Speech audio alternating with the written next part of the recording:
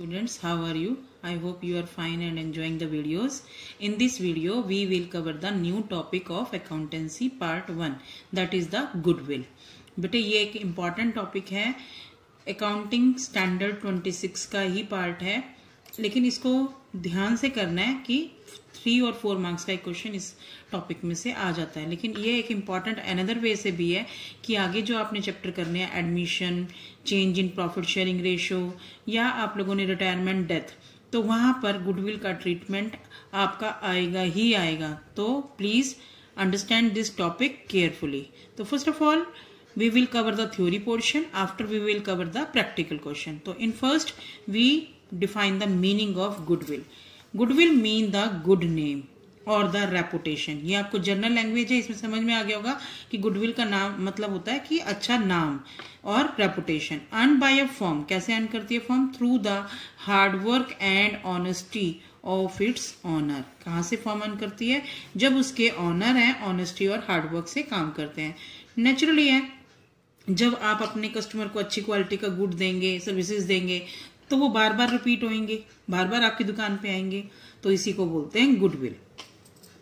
If a firm render good services to the customer feels satisfied, will come again and again, and the firm will able to earn more profit. ये था इसका meaning. Now we come to the definition. According to Dixie, when a man pays payment करता है for goodwill, जब कोई व्यक्ति payment करता है गुडविल खरीदने के लिए, he pay for something which place him in the position of being able to earn more than he would be able to do by his own unaided efforts को।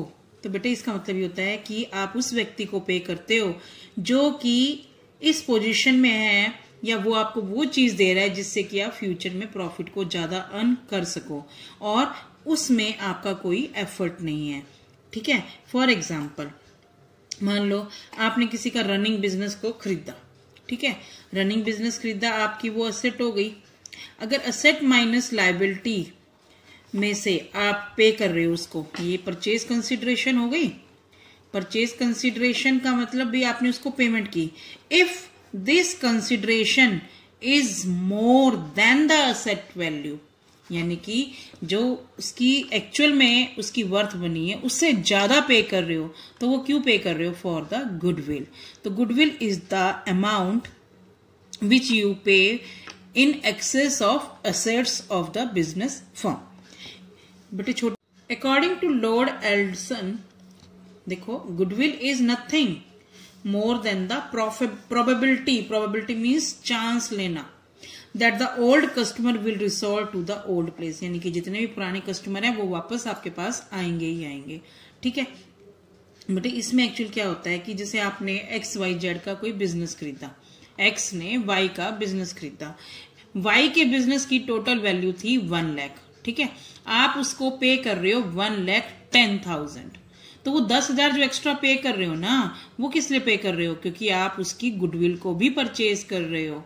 आपकी शहर में या आपके आसपास कोई ऐसी शॉपकीपर है, ठीक है, तो जो कि बहुत फेमस है, और उसको आपने खरीद लिया। वो कहता है भाई मेरी शॉप पॉपुलर थी, मैं इसके तरह से 5,000 या 10,000 रुपए एक्स्ट्रा लूंगा, तो आप उसको पे कर देते हो क्योंकि उसकी लोकेशन भी लगा लो या उसकी रेपुटेशन बनी हुई है अच्छी। तो जो चीज आपने एक्स्ट्रा पे की है ना उसके एसेट से, उसी को गुडविल कहते हैं। Clear? Now we come to the characteristics. बेटे इसकी जो थ्योरी है वो अंडरस्टैंडिंग के लिए है, लेकिन क्वेश्चन आपका इसमें न्यूमेरिकली बनता है। तो कैरेक्टरिस्टिक्स में it is an intangible asset. Intangible asset means the asset which you can't seen और टच, लेकिन आपको वो लॉन्ग टर्म तक पे करती है, जिसको आप देख नहीं सकते, छू नहीं सकते, लेकिन आपको लॉन्ग टर्म तक वो पे करेगी। It help in earning higher profit.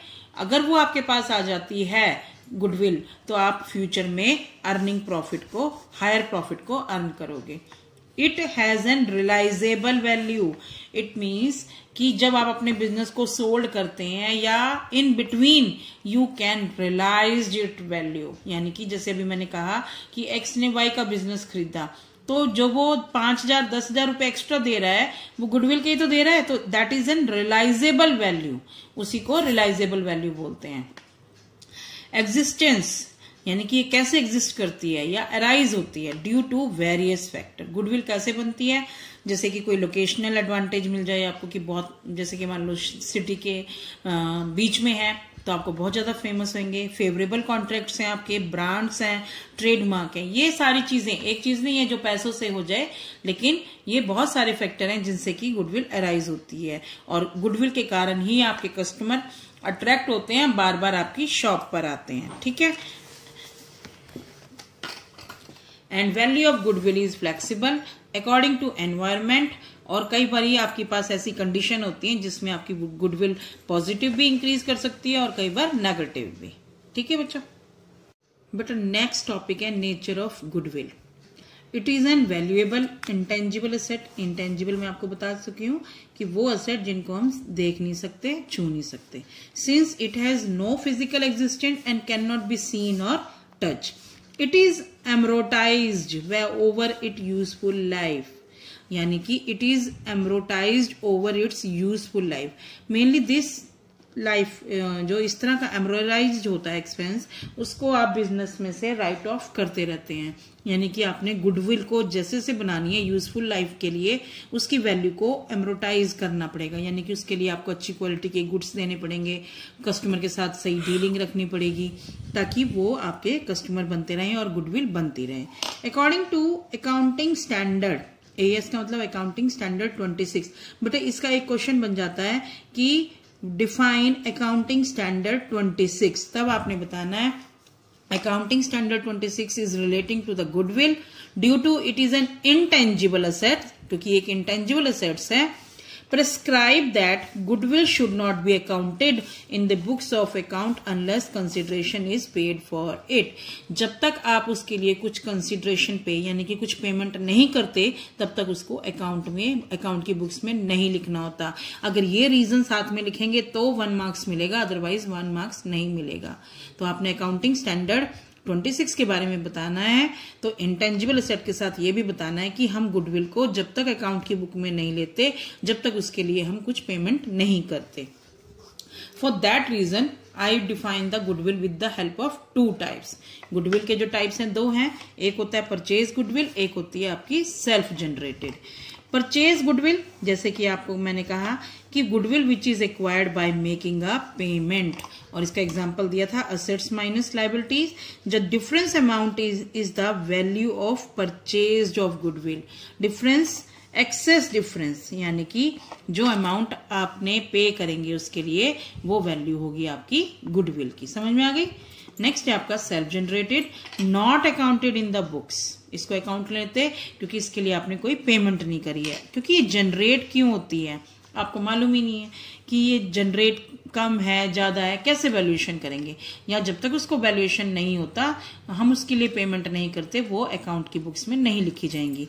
Actually it is generated by the efforts of management और पार्टनर। ठीक है, मैनेजर्स हो गए या मैनेजमेंट के लोग हो गए।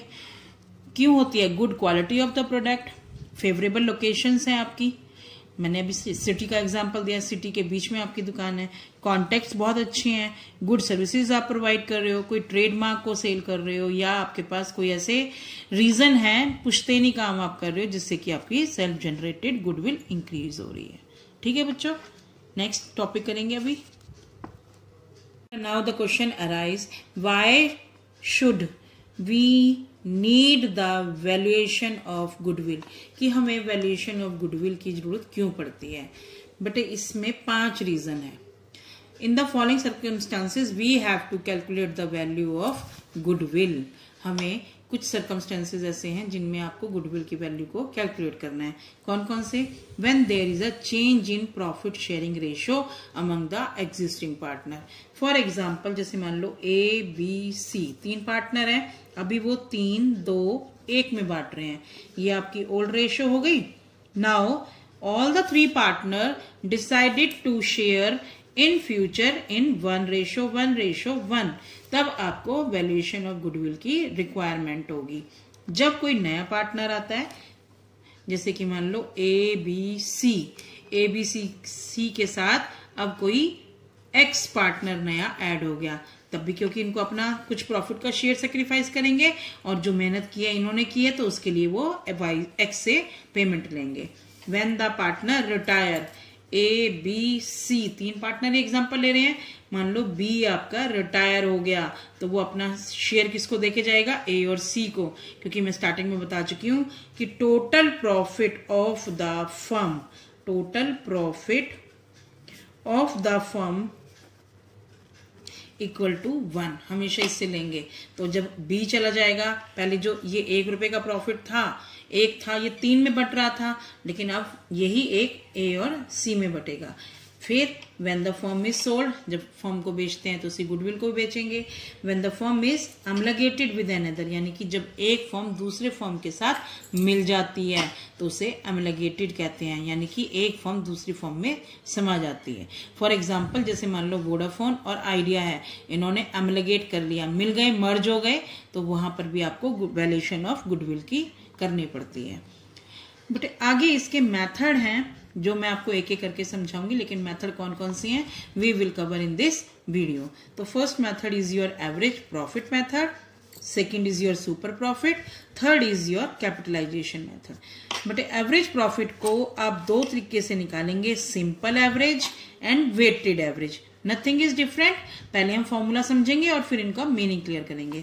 सुपर प्रॉफिट एक ही तरीके से निकाला जाएगा और कैपिटलाइजेशन के भी आगे 2 हैं, एवरेज प्रॉफिट और सुपर प्रॉफिट से। I hope you understand the topic goodwill. If you like the video, please share the video and subscribe the channel for new notification. Thank you.